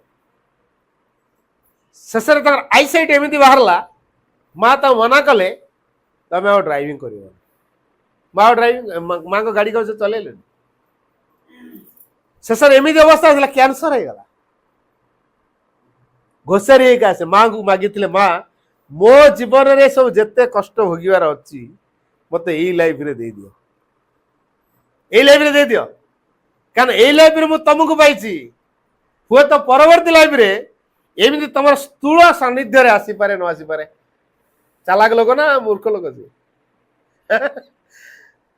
मुझे लाइफ रे तुम स्थूल सानिध्य अच्छी जदि तुम स्थूल सानिध्य भितर अच्छी तेणु जिते मोर परवर्ती लाइफ में मोर लाइफ जिते सब दुख जिते रोग जिते कष्ट जहाँ अच्छी ये लाइफ दियो माँ ग्रांट कर दी माँ तुम ग्रांट करदे लाइफ रे कौन आसो कहूँ दुख आसो ना बॉडी रूपांतर से साधना कर बॉडी जो भोगिया कथा कैंसर माध्यम से ट्रांसफर हो साधक देखिले पवित्रता पूरा घुसरी हिका जाऊँ आंठू छिड़ी जा ब्लड बाहर स्पट सब पड़ू जा माँ कहली दया आसला माँ कहली माँ टे देख पवित्रता को कि कष्ट आसुँच कृपा कर माँ तुम सेवा करे पुणी ये अवस्था ना माँ कहले कृपाटा पवित्र दरकार ना तुम दरकार ना पवित्र पवित्र कौन दरकार तुम्हें बेसी जान ना मुझे पवित्र कौन दरकार तुम्हें बेसी जान ना मुझे कह ना ताले तुम कहीं कौच तार कौन दरकार अच्छे मुझे दौर सी जे कौन मागी माँ जान तेनाली शेष मुहूर्त तार कैंसर है शेष कौन है शेष कही शेष मुहूर्त पर्यंत मुझे तुम सेवार माँ वंचित न हुई ग्रांड है शेष मुहूर्त पर्यंत से माँ को सेवा कर प्रणव दा ना से क्वाड डाइवर्ट है ना ओनली मदर प्रणव दा भी से प्रणव दा भी शेष मुहूर्त पर्यंत माँ को सेवा कर फिजिकल डिपार्टमेंट से पुणी इनचार्ज प्रणव दा है तेना आम कौन कह रोग कथा रोग इट्स नथिंग रोग आसूची बॉडी को स्ट्रॉन्ग करने रोग आसूची अवचेतना को देखे देवाई आम बॉडी रे कोटी गोटे अवचेतन अचेतनता रही क्रियाशील होची आ माइंड केमती एक्सेप्ट करुची सेटा देखे देवाई आसूची तेना आम से व्यस्त हबार किसी रोग को विषय चिंता करिया दरकार नहीं भगवान विषय चिंता करिया दरकार आ रोग को बारंबार चिंता कले रोग स्ट्रॉन्ग हम माइंड एक्सेप्ट कला जमी गछ को सार देले गछ कौन हम स्ट्रॉन्ग हम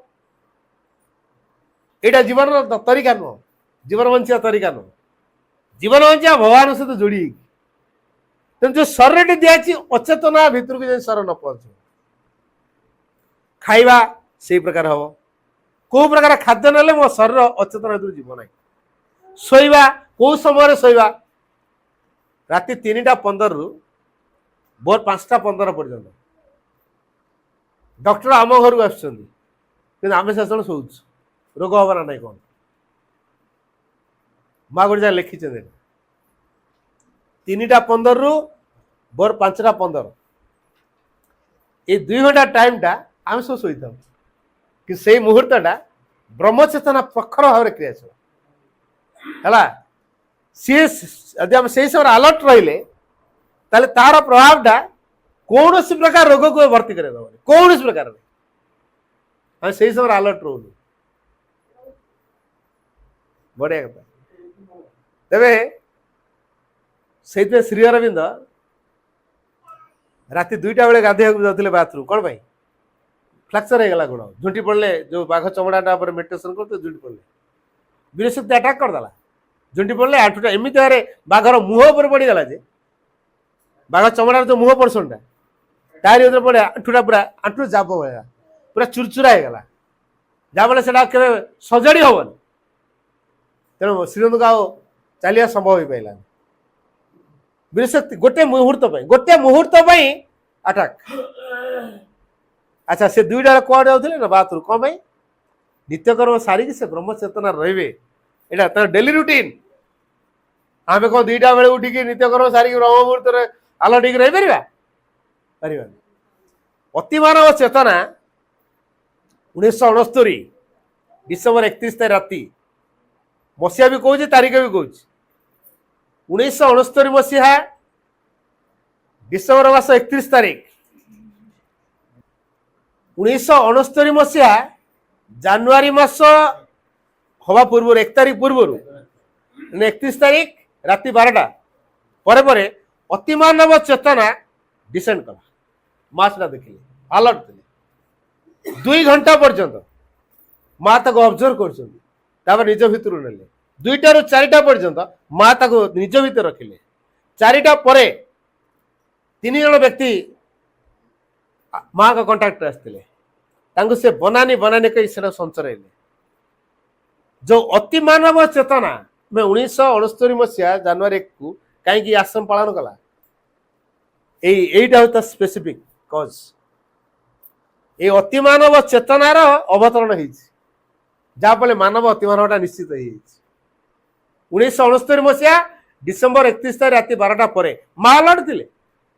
अच्छा माँ कौ चेतना रोते माँ जो चेतना रोते से अतिमार चेतना को अवतरण कर अनुभव कर निज पाखे रखिले 2 घंटा आसबार जो पूर्ण मात्रा से उपलब्धि कले रियलाइज कले 12टा ରୁ 2टा 2टा ରୁ 4टा निज भीतर रखिले 4टा पर संचरइले तार 3टा क्यारेक्टरिस्टिक्स रहा गोटे हार्मोनी आ गोटे बेनिवोलेंसी आ गोटे ट्रांसपेरेंसी ट्रांसपेरेंसी अर्थ स्वच्छता बेनिवोलेंसी अर्थ हितैषिता आ हार्मोनी वाला संगत ये 3टा क्यारेक्टर बा गुण विशिष्ट गुण ये अतिमानव चेतना पाखे माँ से आनले।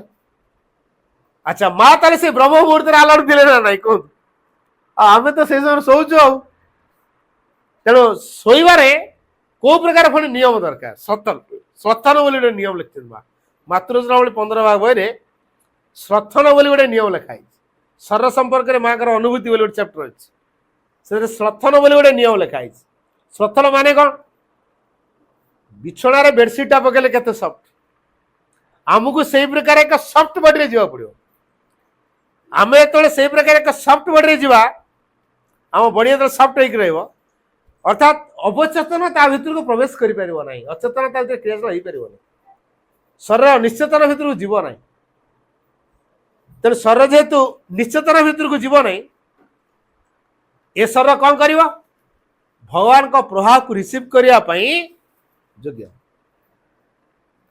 तेणु बॉडीटा से प्रकार हल्का हवा दरकार आ गुटे खाई देकी जीवा सोइबा कौन हम घटना मारतुआ है राति कौन कौन बावली होतुआ एटा कौन सचेतनता सचेतन निद्रा यहाँ नुहे तेणु सचेतन निद्रा से स्वथन बॉडी को हल्का करके सोइबा सचेतन भाव सोइबा यहाँ स्वथन केते बेले सोइबा केते बेले खाइबा तार नियम कर देइछथि राति 8टा पर खाइबा कथा नुहे 8टा पर बिछना को जो पिला माने राति 11टा 10टा पर सोउछथि अबाध्य पिला हे से बस स्पष्ट कर देइछ जो पिला माने राति 10टा पर सोउछथि अबाध्य पिला हैं बाप माँ तो 12 गोटे बाजू 12 गोटे बाजू तेणु छुआ मत से कले तेणु से अबाध्य पिला है से पिला अबाध्य पिला से मोटे मानवे लेखाई तेणु शोबार नियम अच्छे आम केत शोबा कौन कर तार नियम माँ लिखी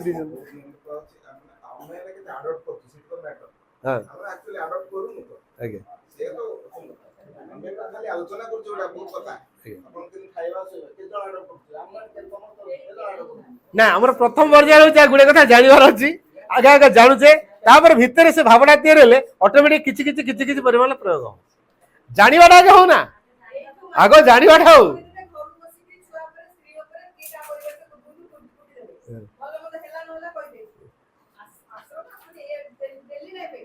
से तो माँ से आश्रम व्यवस्था करदे जे स्वतंत्र नियम रहिबा समस्त ए प्रकार करिवे भवन भाई कौन काम करिवे तांकर फैमिली चिंता नथियो खाया केमती हम धान चाउल कोड आसो रोसे डाक्टर बाबू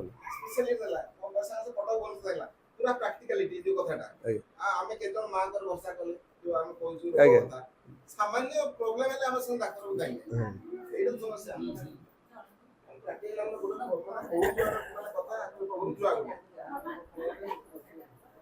तेरे बॉडी बॉडी केतरा आवश्यक अच्छे श्रृंखला जेहेतु बॉडी स्थूल जिनस श्रृंखलार आवश्यकता अच्छे और जदि शरीर जब श्रृंखला द्वारा आबद्ध नाला विशृंखल जाएगला तार से अचेतना को निश्चित प्रवेश कर रूपांतर करने तो सहज हो पार तेणु बॉडी रे जो सेल गुड़ाक अच्छी सी यदि अचेतना भितर प्रवेश कला अचेतना द्वारा यदि तैयारी है ताले सेल गुड़ा कौन हम से आम भर को प्रभाव तैयारी कर ए दृष्टि बॉडी कॉन्शियसनेस को अवेकन करने दरकार मास्टर कहले to work for the divine is to pray with the body भगवान का निमित्त कर्म करवा to work for the divine is to pray with the body माँ कहले for the sadhana of the body japa is essential शरीर साधना जप आवश्यक because japa has a direct action on the body जपर शरीर उपर सीधा सड़क क्रिया रही आ बाबाजी महाराज कौन पे कहते बारंबार जप कर जप कर जप पचारि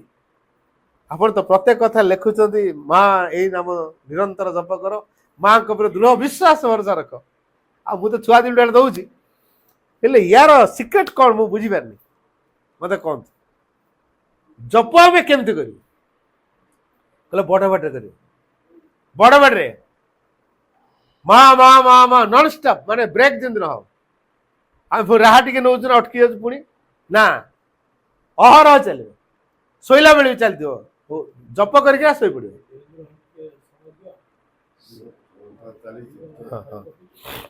तेरे शरीर साधना जपर आवश्यकता अच्छी तेना जप करा पड़ो for the sadhana of the body japa is essential पुणी माँ कहले in your physical world it is in beauty that the divine expresses himself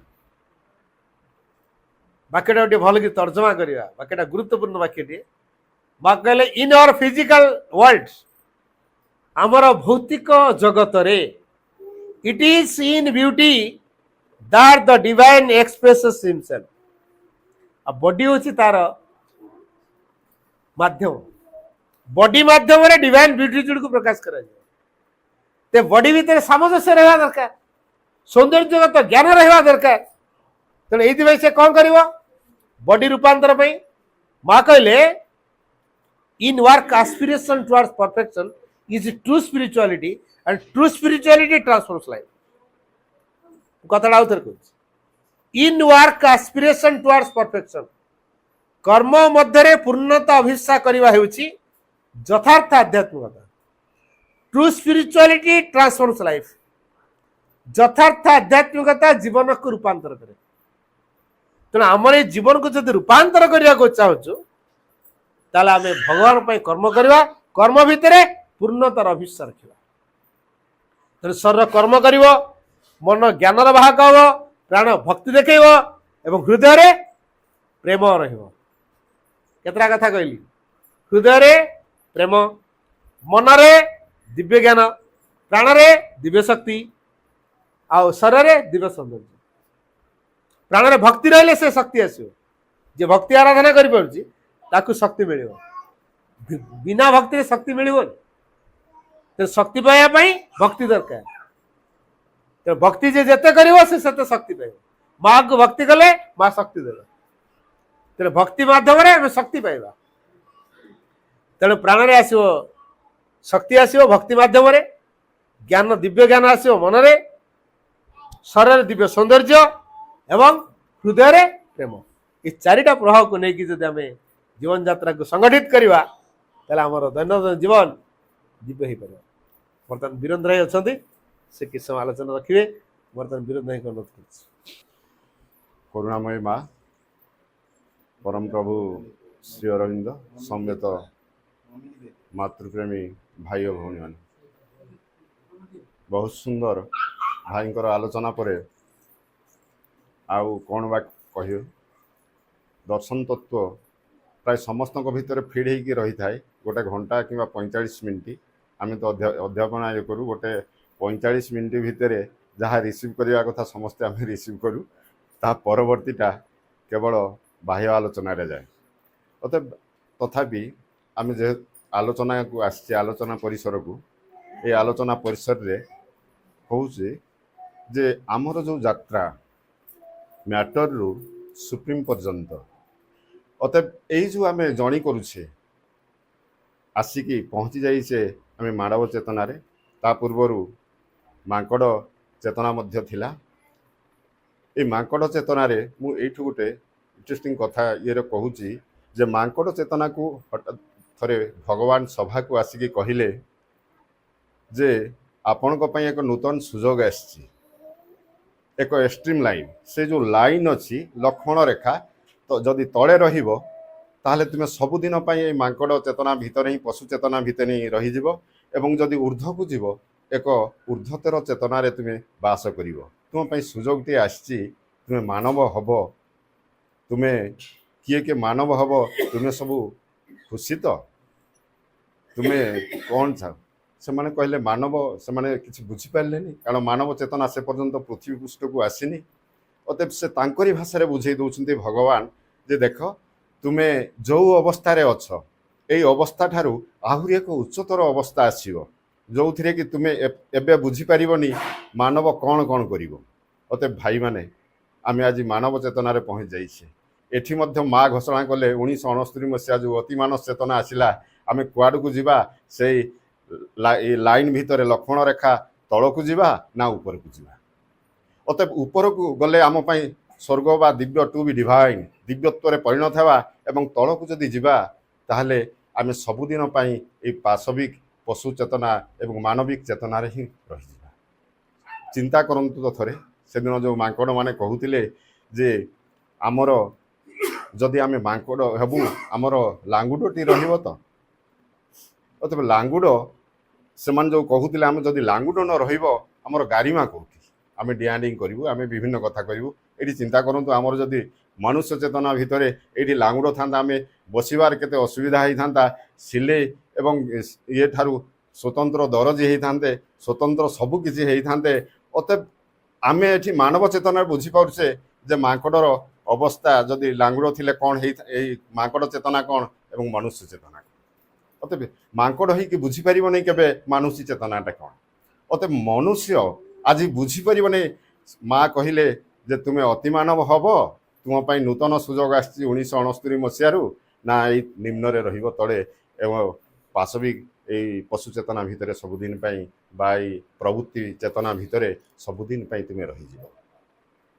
ସେ କହିଲେ ଯେ ଦେଖ, ପାଶବିକ ଚେତନା, ଏ ଯେଉଁ ପଶୁ ପ୍ରବୃତ୍ତି ଚେତନା, ଆମର ଯିଏ ପଶୁ ପ୍ରବୃତ୍ତିକୁ ନେଇକି ବୁଲେ, ମା ଶ୍ରୀ ଅରବିନ୍ଦ ସେଠି କହୁଛନ୍ତି ଦୁଇଟା ଲାଇନ୍, ମୁଁ କହିଦେଉଛି। ଦି ଆନିମଲ୍ ଆଣ୍ଡ ଇଗୋଷ୍ଟିକ୍ କନସିୟସନେସ୍। ଆନିମଲ୍ ଏବଂ ଇଗୋଷ୍ଟିକ୍ କନସିୟସନେସ୍ ଭିତରେ ଆମେ ସଦାସର୍ବଦା ଘୁରି ବୁଲୁଛୁ। ଆନିମଲ୍ ଚେତନା କ'ଣ ନା ପ୍ରବୃତ୍ତିଗତ ଜୀବନ।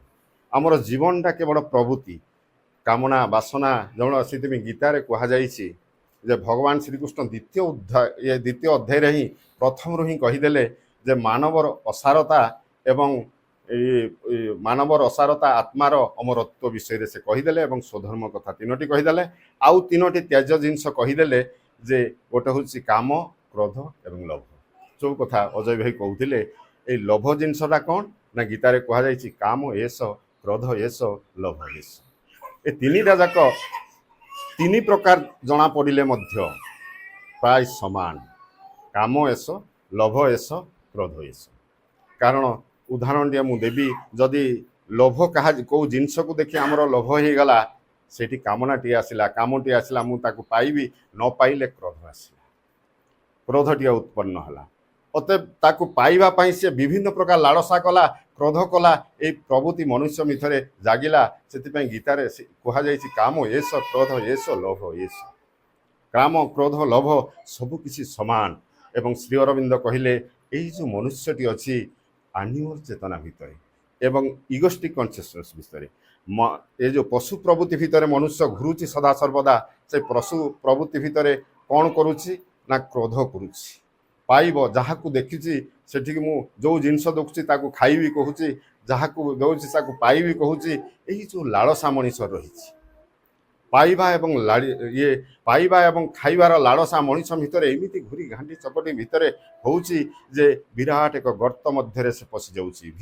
ଧୀରେ ଧୀରେ ସେ ଗର୍ତ୍ତ ମଧ୍ୟରେ ଆମେ ପଶିଯାଉଛୁ, ସୀମିତତା ଭିତରେ ଆମେ ପଶିଯାଉଛୁ ମନୁଷ୍ୟ ଚେତନା। ଏବଂ ଊର୍ଦ୍ଧ୍ୱକୁ ଯିବା ପାଇଁ ଆମେ କେବେ ମଧ୍ୟ ଚାହୁଁନୁ।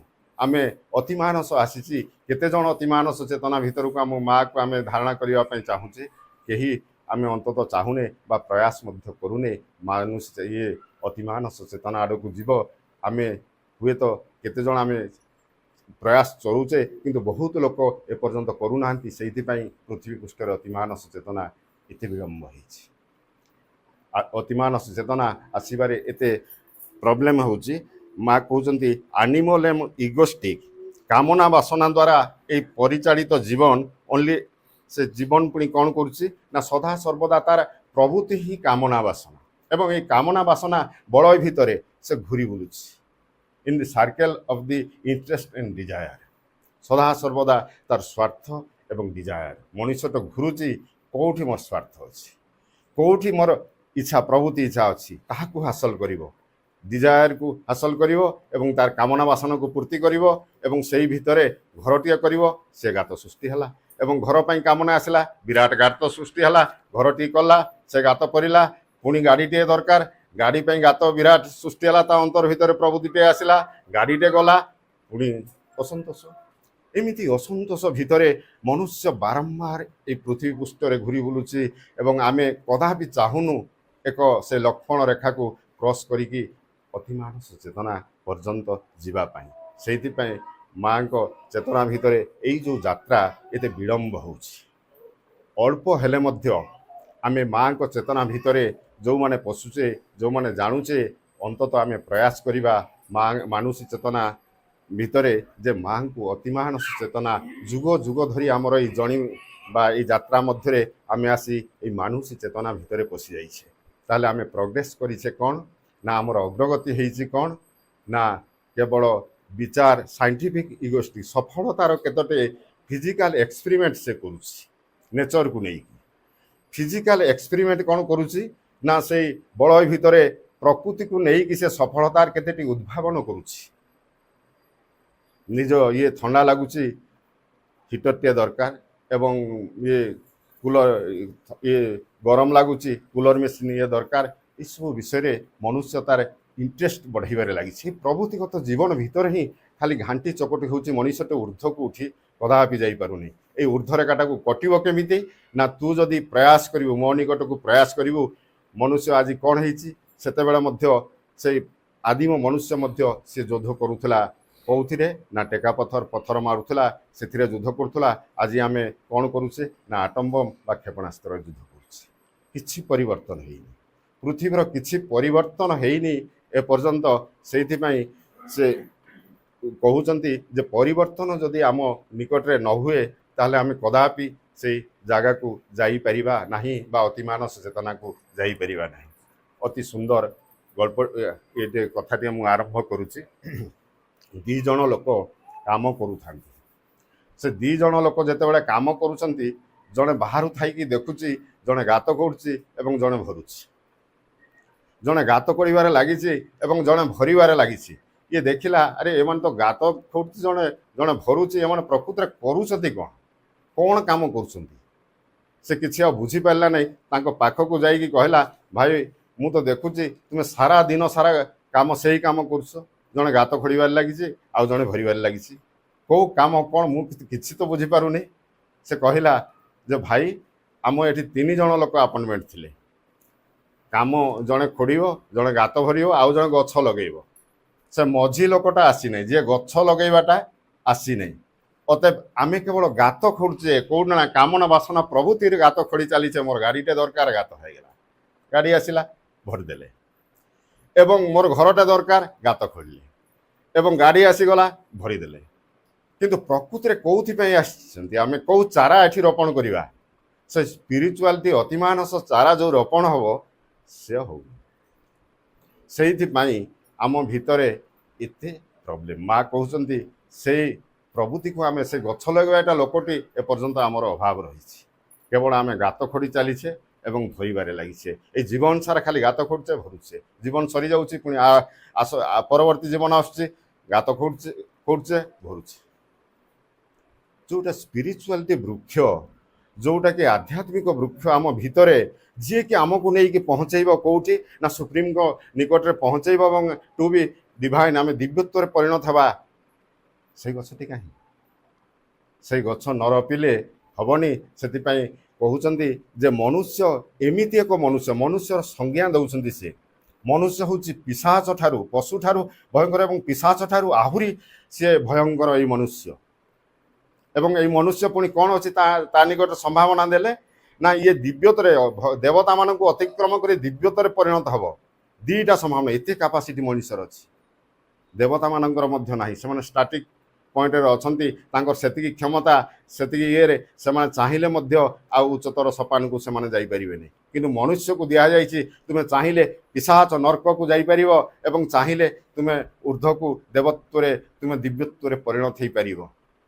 ଏତେ କାପାସିଟି ମଣିଷ ନିକଟରେ ଭଗବାନ ଥୋଇଛନ୍ତି। ସେଥିପାଇଁ ଭାଗବତରେ କୁହାଯାଇଛି ଯେ ମନୁଷ୍ୟ ମଧ୍ୟରେ ଦିବ୍ୟ ଜ୍ଞାନ ଦେଖି ସନ୍ତୋଷ ଭଗବାନ।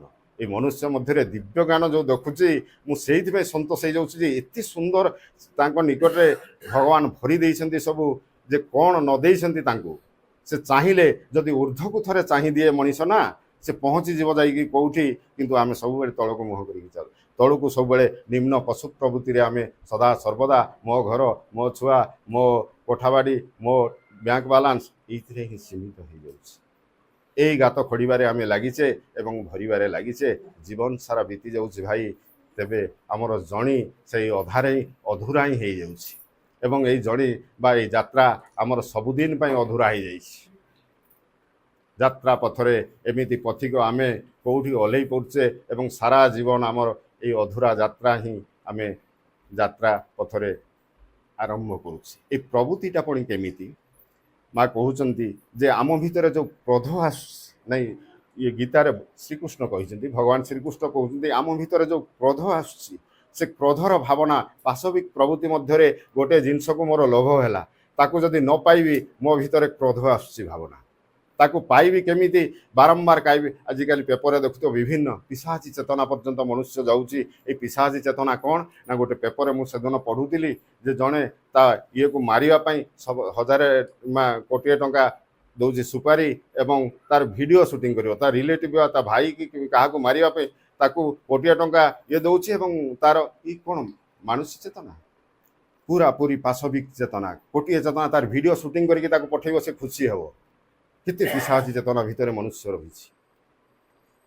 ଅତଏବ ଏହି ପିଶାଚ ଚେତନା ଭିତରେ ମନୁଷ୍ୟ, ସେଥିପାଇଁ ଶ୍ରୀ ଅରବିନ୍ଦ କହୁଛନ୍ତି ପିଶାଚ ଠାରୁ ଇଏ ଆହୁରି ନିକୃଷ୍ଟ ଏବଂ ଦିବ୍ୟଙ୍କ ଠାରୁ ସିଏ ବଢ଼ିଯିବ। ଯଦି ମନୁଷ୍ୟ ଚାହେଁ ଊର୍ଦ୍ଧ୍ୱକୁ ଯଦି ଚାହେଁ, ସିଏ ଦିବ୍ୟତ୍ୱରେ ପରିଣତ ହେଇଯିବ, ନହେଲେ ସବୁଦିନ ପାଇଁ ଏଇ ନିମ୍ନ ଚେତନାରେ ହିଁ ରହିଯିବ। କିନ୍ତୁ ମଣିଷ ଡଜଣ୍ଟ ୱାଣ୍ଟ, ସେ ଚାହୁଁନି, ସେ ପ୍ରୟାସ କରୁନି, ଊର୍ଦ୍ଧ୍ୱକୁ ଯିବା ପାଇଁ ସେ ହାତ ବଢ଼ାଉନି, ସେ କଦାପି ତା ଅନ୍ତର ଖୋଲା ଥରେ ମଧ୍ୟ ମୋତେ ଡାକ ଦେଉନି। ଯଦି ଅନ୍ତର ଖୋଲା ଡାକଟିଏ ହୁଏ, ମା ମୋତେ ରକ୍ଷା କର, ତୁ ହିଁ ମୋର ସବୁକିଛି। ଯଦି ଦ୍ରୌପଦୀ ସେଦିନ ପୁରୁଷଭା ତଳେ ଯେମିତି ଡାକିଥିଲେ, ହେ ମା ତ୍ରାହିମାଂ ଜଗଦୀଶ୍ୱର ବୋଲିକି ଯେଉଁ ଊର୍ଦ୍ଧ୍ୱବାହୁକୁ ହାତ ଟେକି ଦେଇଥିଲେ, ସେମିତି ଯଦି ମାଆଙ୍କ ନିକଟରେ ଆମେ ଡାକିଦେଉ ଥରଟିଏ ଅନ୍ତର ଭରା ଡାକଟିଏ, ତାହେଲେ ମାଆଙ୍କର କରୁଣା ବାରିଧାରା ଆମ ନିକଟରେ ଝରି ଆସିବ। କିନ୍ତୁ ଆମର ଡାକଟା ଠିକ୍ ଭାବରେ ହେଉନି, ମାଆଙ୍କ ନିକଟରେ ପହଞ୍ଚୁନି। ସେଇଥିପାଇଁ ଏତେ ଏଇ ଯାତ୍ରା ପଥରେ ବିଳମ୍ବ ହେଉଛି। It is two late to go. ସେଇ ସୁପ୍ରିମ ଆଡ଼କୁ ଯିବା ପାଇଁ ଆମର ଯାତ୍ରା ପଥ ଡିଲେ ହେବାରେ ଲାଗିଛି, ବିଳମ୍ବ ହେବାରେ ଲାଗିଛି। ବାରମ୍ବାର ଆମେ ପ୍ରୟାସ କରିବା ମାଆଙ୍କ ନିକଟରେ, ମାଆଙ୍କ ଚେତନା ଭିତରେ ପଶିବା ଏବଂ ସେଇ କ୍ରୋଧ ଯେଉଁ ଆସୁଥିଲା, ଗୀତାରେ ଅତି ସୁନ୍ଦର ଭାବରେ କୁହାଯାଇଛି କ୍ରୋଧର ଭାବଧାରାକୁ, ଯେ ଉତ୍ତମ କ୍ଷଣ ପଞ୍ଚ।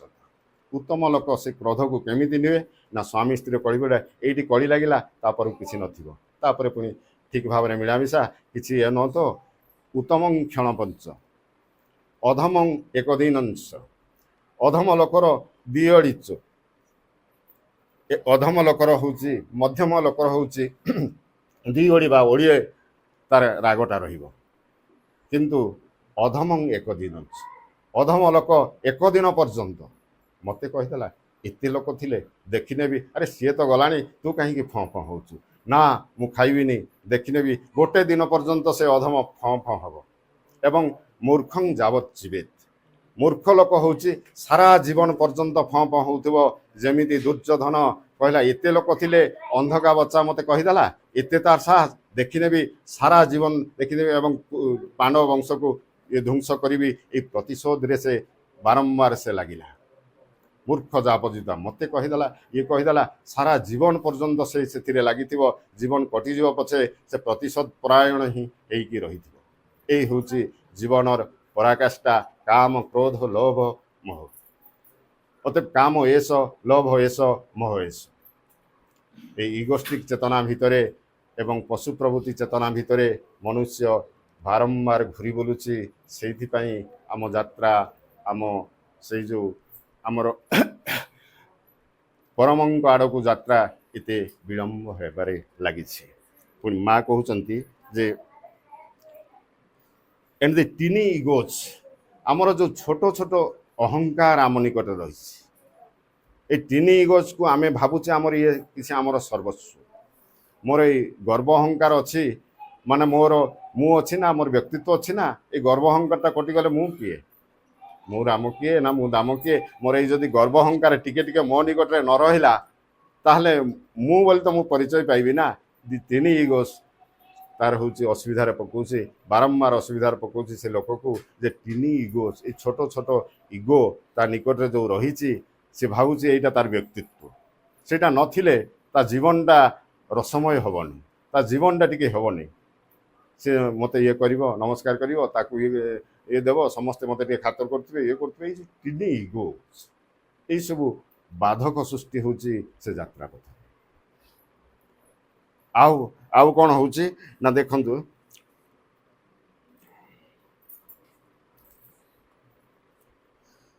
ଏବଂ ଅବସ୍କ୍ୟୁଅର ଫିଜିକାଲ ମେଣ୍ଟାଲିଟି, ଆମର ଯେଉଁ ଅବସ୍କ୍ୟୁଅର ଅସ୍ପଷ୍ଟ ଫିଜିକାଲ ମେଣ୍ଟାଲିଟି, ଆମ ଚେତନାଟି ଅସ୍ପଷ୍ଟ ରହିଛି।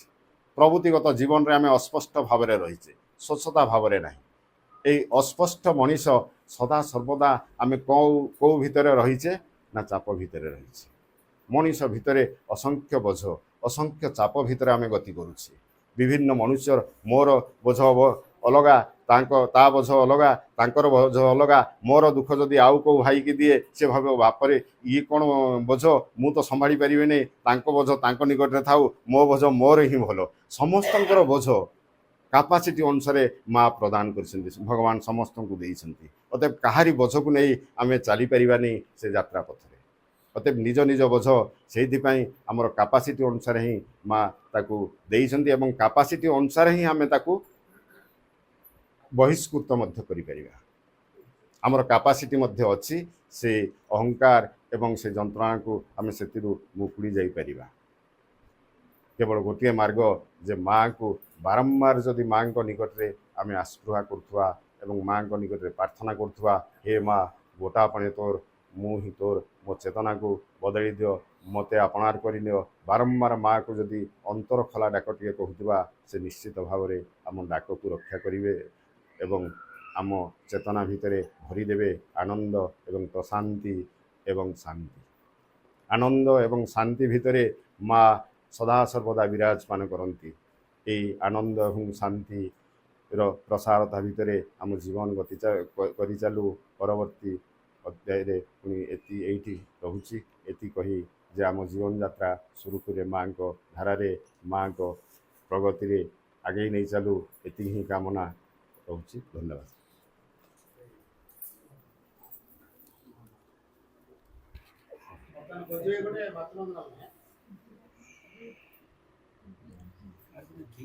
ଆଉ ଗୋଟେ ଷ୍ଟେପ୍ ଅଛି ନା, ସେ ଯୋଉ ଗୀତ ପିଲାର ଆଉ ଗୋଟେ ଷ୍ଟେପ୍ ରହିଗଲା ମାନେ ଆଉ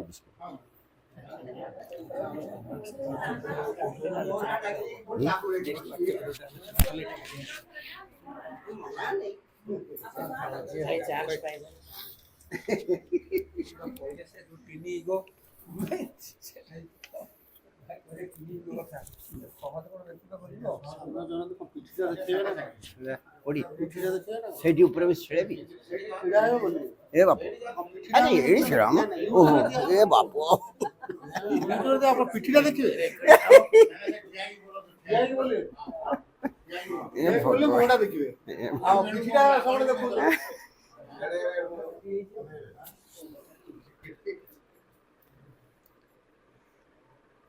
ସେଦିନ ସକାଳ ସକାଳ ନଥିଲା, ଥିଲା ତ ଅମୃତ ବେଳା। ଯେଉଁଦିନ ମା ତୁମ ନୟନରେ, ଯେଉଁଦିନ ମା ତୁମ ନୟନରେ ମିଶାଇଲି ମୋର ଡୋଳା ସେଦିନ ସକାଳ ସକାଳ ନଥିଲା ଥିଲା ତ ଅମୃତ ବେଳା କେତେ ଆନନ୍ଦରେ ତୁମରି କୋଳରେ ଯେବେ ରଖିଥିଲି ମୋର ମଥା କେତେ ଆନନ୍ଦରେ ତୁମରି କୋଳରେ ଯେବେ ରଖିଥିଲି ମୋର ମଥା ଶିର ପରେ ତୁମ ହସ୍ତ ଥାପିଥିଲ ଶିର ପରେ ତୁମ ହସ୍ତ ଥାପିଥିଲ ଥିଲା ଖାଲି ନୀରବତା ଥିଲା ଖାଲି ନୀରବତା ସେଦିନ ସକାଳ ସକାଳ ନଥିଲା ଥିଲା ତ ଅମୃତ ବେଳା ଥିଲା ତ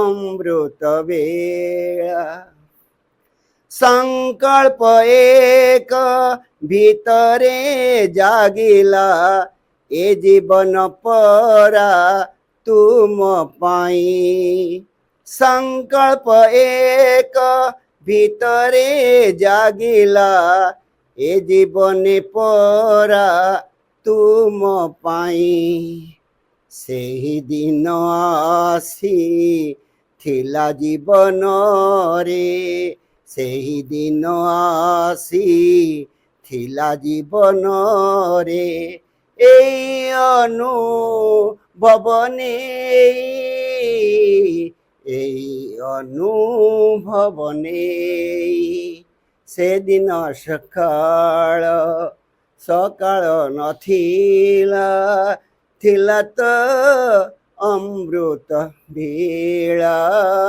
ଥିଲା ତ ଅମୃତ ବେଳା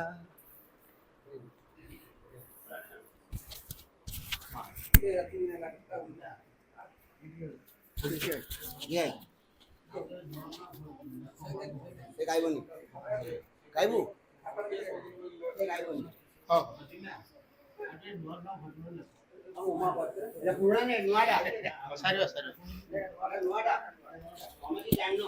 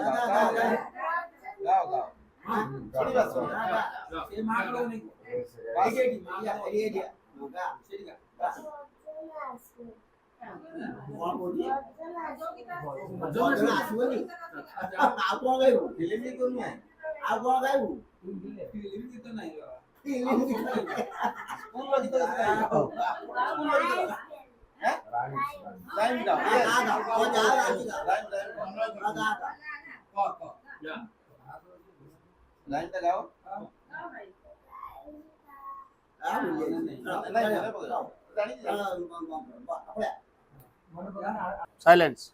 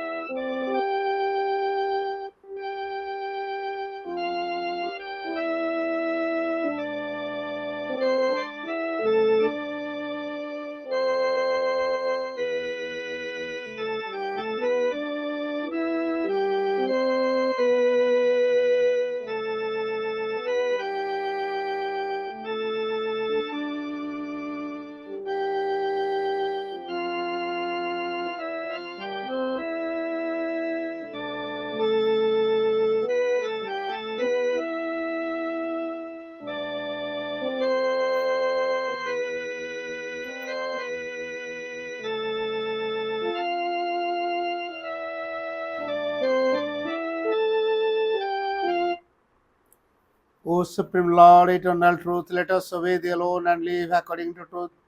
परमोच प्रभु सत्य नित्य त्वामेव केवलम अनुवर्तामहे सत्यम अनुजीवाम केवलम। हे परम प्रभु चिरंतन सत्य आमे केवल तुमरी आज्ञा हो उठू ओ सत्यर विधान को आश्रय करी जीवन धारण करू। ओम आनंदमयी चैतन्यमयी सत्यमय परमे ओम शांति शांति शांति।